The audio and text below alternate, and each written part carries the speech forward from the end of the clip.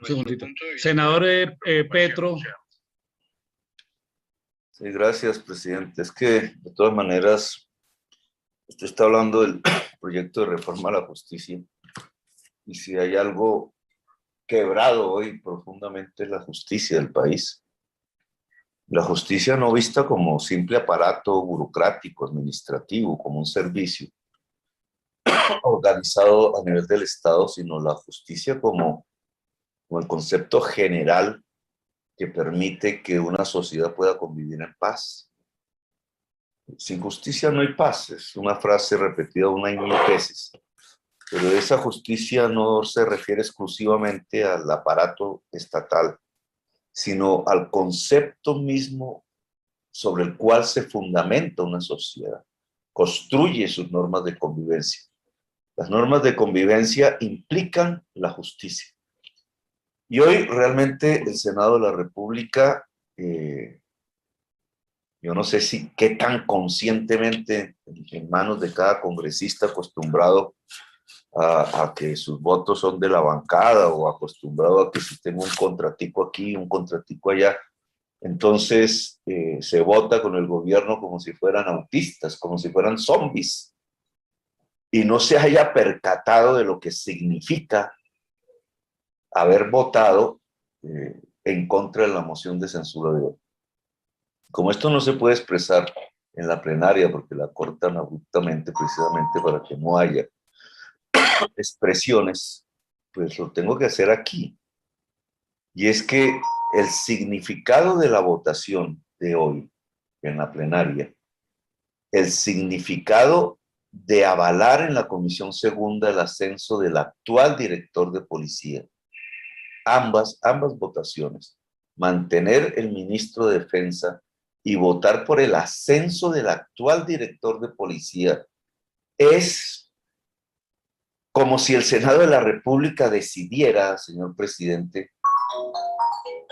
que no vale los derechos humanos en Colombia, que no vale la vida en Colombia, no vale la vida en Colombia, que los innumerables videos, y tengo que reconocer que algunos son falsos, etcétera, pero la mayoría no, que muestran la sevicia del asesinato de jóvenes y la represión brutal contra la juventud.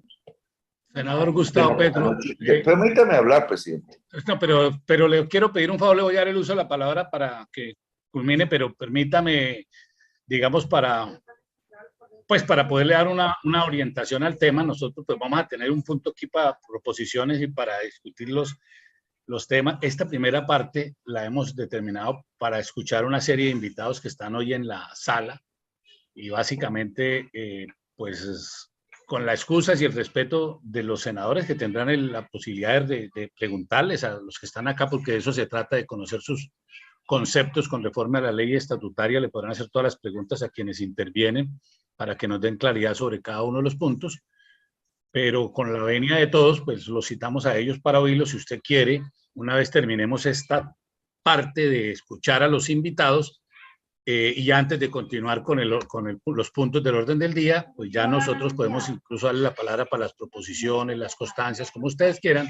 hacerlo, pero permítanos evacuar esta primera etapa que tenemos unos invitados para un punto Presidente, específico. Entonces, si quiere, culmine, senador Petro, y nos permite, y enseguida, después, apenas termine, le prometo que le doy a usted primero el uso de la palabra.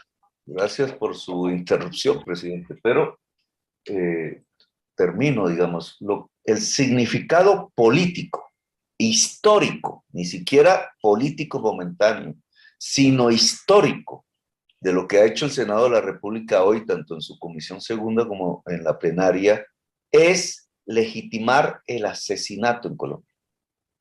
Es legitimar que el Estado golpee la juventud colombiana. Eso se llama suicidio. Es legitimar el terrorismo de Estado. Eso es lo que ha hecho el Senado de la República hoy.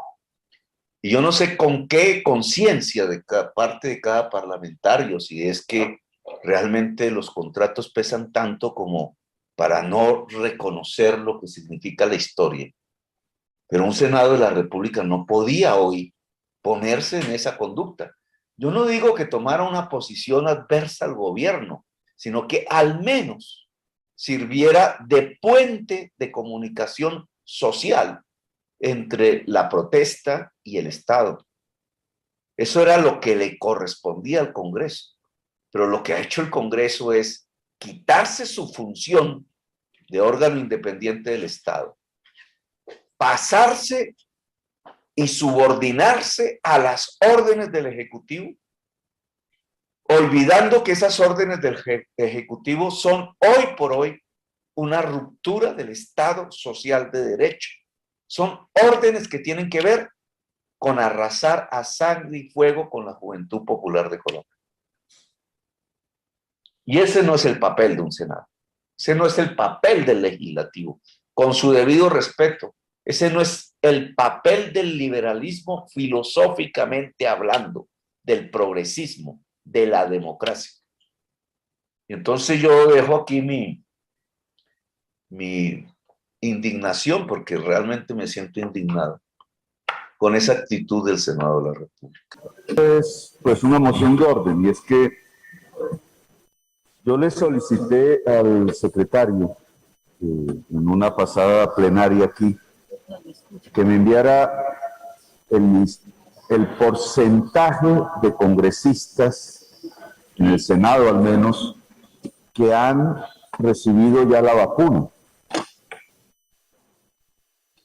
Dado que, de acuerdo a la norma en Colombia, los mayores de 55 ya estarían en posibilidad de vacunarse, y muchos lo han hecho fuera del país, ese porcentaje en este momento en el Senado de la República debe ser altísimo. La respuesta que me dieron es que no pueden pasarme los nombres de los vacunados. Yo no pregunté por los nombres de los vacunados. Eso no es una información relevante. Pregunté por el porcentaje de vacunados miembros del Senado de la República. Esa información la debería tener usted, señor presidente del Senado, porque es sobre esa información que se debe establecer si hay algún fundamento en este momento para tener sesiones mixtas o virtuales.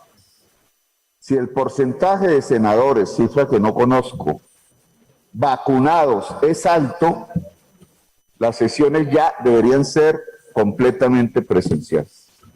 No hay ninguna razón legal para mantener sesiones virtuales o presenciales. Entonces, la cifra del porcentaje de congresistas vacunados, lo cual significa que cada senador reporte a la administración o a usted o a quien designe si ha sido vacunado o no, es fundamental para establecer la legitimidad de sesiones virtuales o mixtas. Entonces le solicitaría, señor presidente, que usted en el lapso de esta semana recabe la información para saber qué porcentaje de senadores del total están vacunados hoy. Porque si no, estamos incluso ante un delito. Y es la ausencia de plenarias, la utilización de la virtualidad cuando el senador o la senadora perfectamente pueden asistir a la sesión. Gracias, señor presidente. Petro Urrego Gustavo. Los que votan no son cómplices de la violencia, la barbarie y el asesinato a la juventud colombiana. Yo voto sí a la moción de censura. Señor presidente, y pido respeto por quienes votamos. Esto no es una gallera.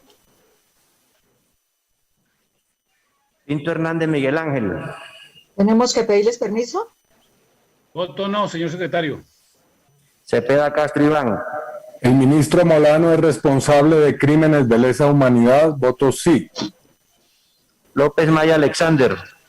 Ministro Molano de Defensa se tiene que ir por violar la Constitución al permitir el asesinato de jóvenes y del pueblo colombiano. Voto sí a que se vaya el ministro de Defensa, Diego Molano. Lara Restrepo Rodrigo. Rodríguez Rengifo Roosevelt. En defensa de la vida de los jóvenes que están en las protestas, voto sí a la moción de censura. Lara Restrepo Rodrigo. Señor secretario, un gran dilema. Yo no respaldo al gobierno, no respaldo al ministro, pero sí respaldo la protesta pacífica, la institucionalidad, condenando las sanciones y los excesos. Sin embargo, voto no a la moción de censura. Castillo Wilson. Arias Castillo Wilson. El señor Arias vota sí y hago constar que no se nos permitió dejar conclusiones a los oponentes. Barguil Asid David. David Barguil vota no, secretario.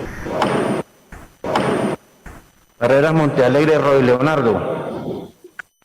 Voto sí contra la represión y el fracaso en seguridad. Señor presidente, el resultado de la votación es el siguiente. Por la aprobación de la moción de censura, 31 votos.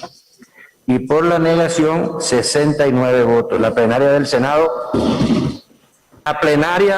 Senado ha negado, con la mayoría requerida por la ley quinta, la proposición para presentarle moción de censura al señor ministro de la Defensa Nacional, Diego Molano.